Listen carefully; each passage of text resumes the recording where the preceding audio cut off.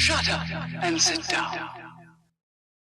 Hello everybody, this is Andy from Big Mac's Workshop and Painting Studio, and today I'm painting an ancient Greek from, I believe it's World Games Victorix ancient Greek range.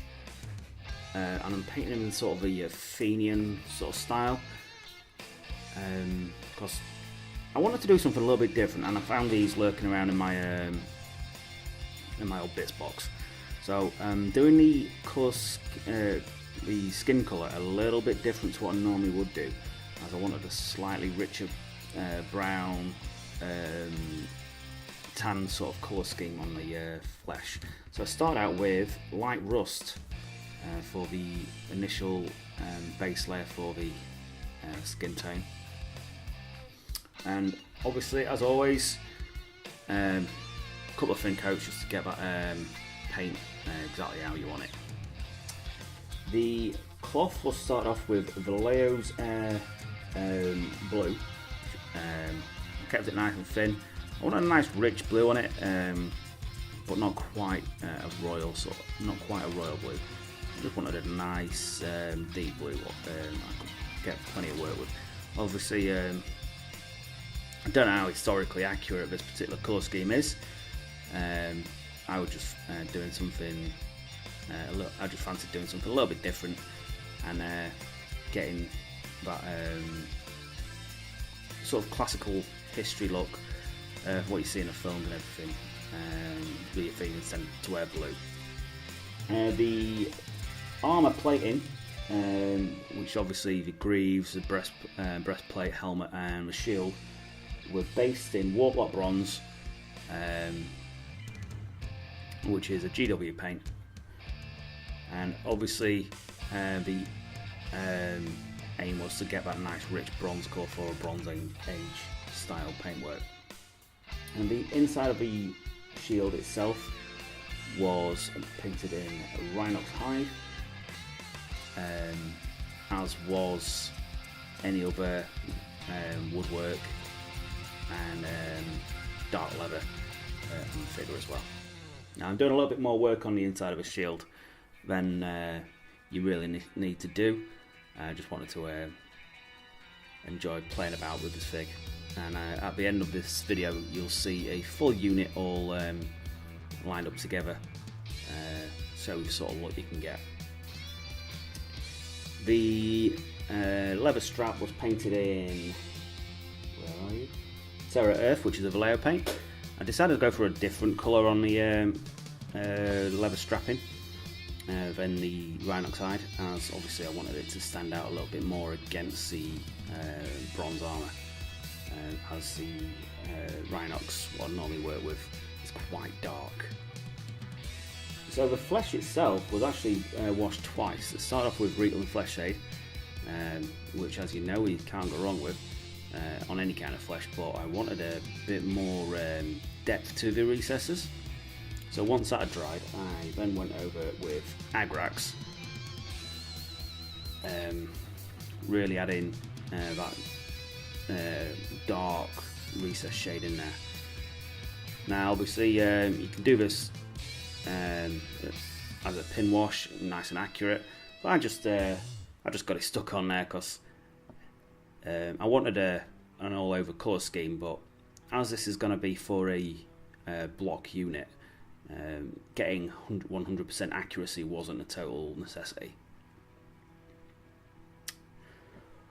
Okay, once the washes had dried on the flesh, I did a 30% mix of Cadian flesh and 70% mix of light flesh, and started throwing the highlights down into the skin to make it look a bit more natural. I started to drift off camera here, which is somewhat annoying. I do apologise, but as you can see, I'm starting to build up them highlights. And this is the second layer, which is a complete reversal. So it's 70% of Cadian flesh to 30% light rust. Again, pushing them highlights up a little bit, getting that muscle definition onto the model. Working on the knuckles and the areas what will catch the light.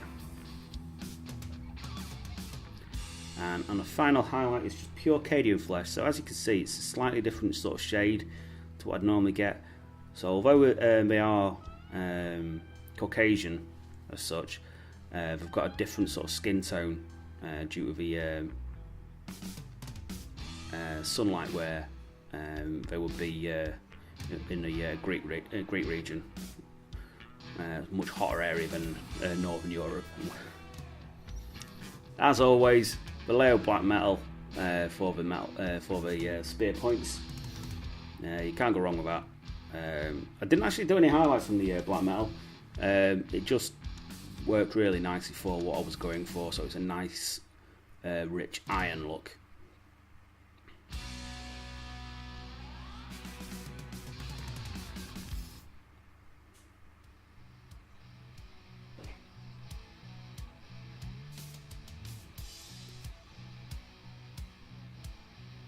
I do apologise, it's slightly out of focus at this point, but what I'm doing here is going over the armour with Sycoric Bronze, another GW paint, as a initial highlight. Trying to get the definition of the armour plates around the figure, and really using the shape of the armour. The next highlight on the cloth is Scale 75's Tesla Blue. Wow, looking at that paintbrush now, I definitely need to replace it. It's seen better days. But yeah, Scale 75's Tesla Blue is the first highlight over the blue on the cloth work. I found this nice and quite translucent, so when it dries, you can actually it doesn't actually show up as much as what it would actually look like when you're actually painting.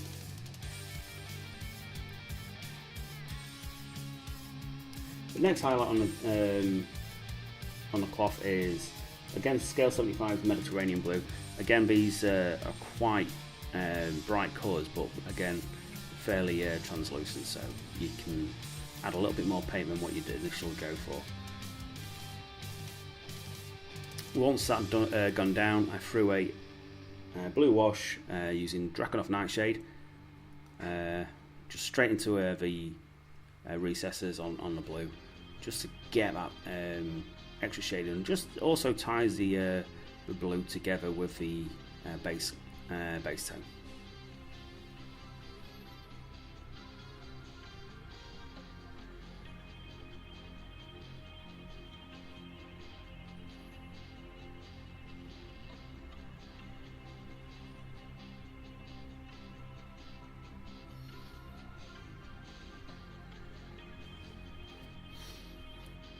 Back onto the strapping again, and these were highlighted with a layer of brown sand.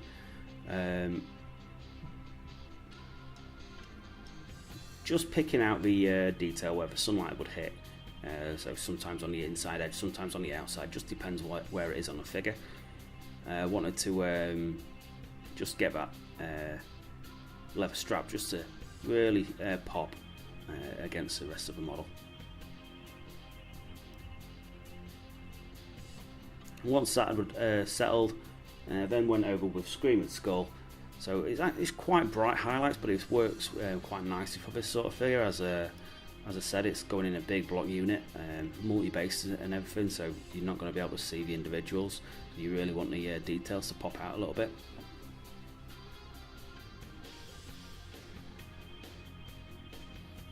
Yeah, just a nice thin layer of the Screaming Skull on the inside, on the upper edge of the strapping. Final highlight on the armour, which is Vallejo's Gold.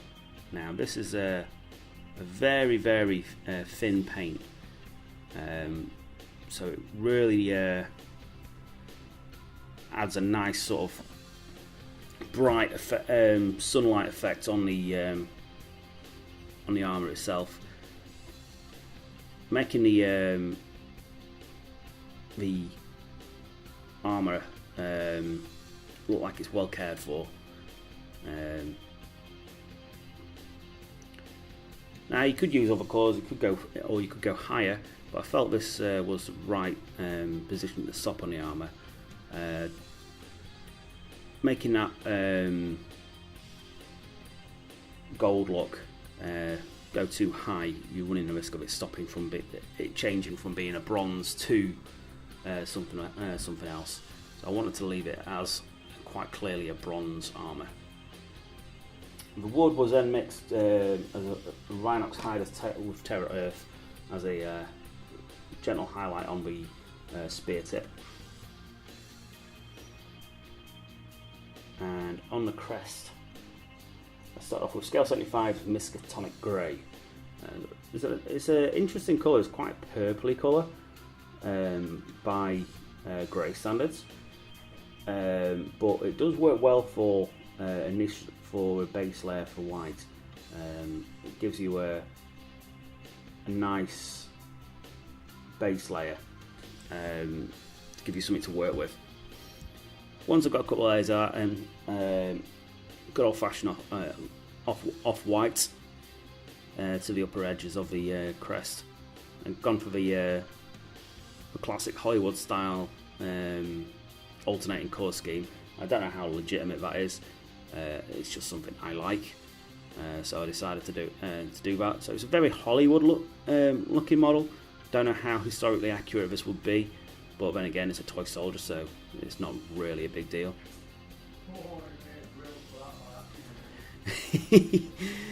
Dodger just said I'm going to get absolutely hounded, and I do apologise to anyone who takes offence. No, I don't. Anyway, on the shield, I decided to freehand this particular shield. I've gone for a sort of a spiral look, which is something I saw on the internet as something what's similar to the traditional style of some of the individual models. The rest of the kits were done with transfers, so all the models have got their own little transfer look on there. And there we are. That's a finished Greek hoplite painted loosely around the Athenian style, what I can remember from film, etc. So, if you like what you see, you want to see more of this stuff, if you want to see any particular models, we'll see what we can do. Please hit like, hit subscribe if you want to see more of what we do, and see you in the next one, guys. Take care.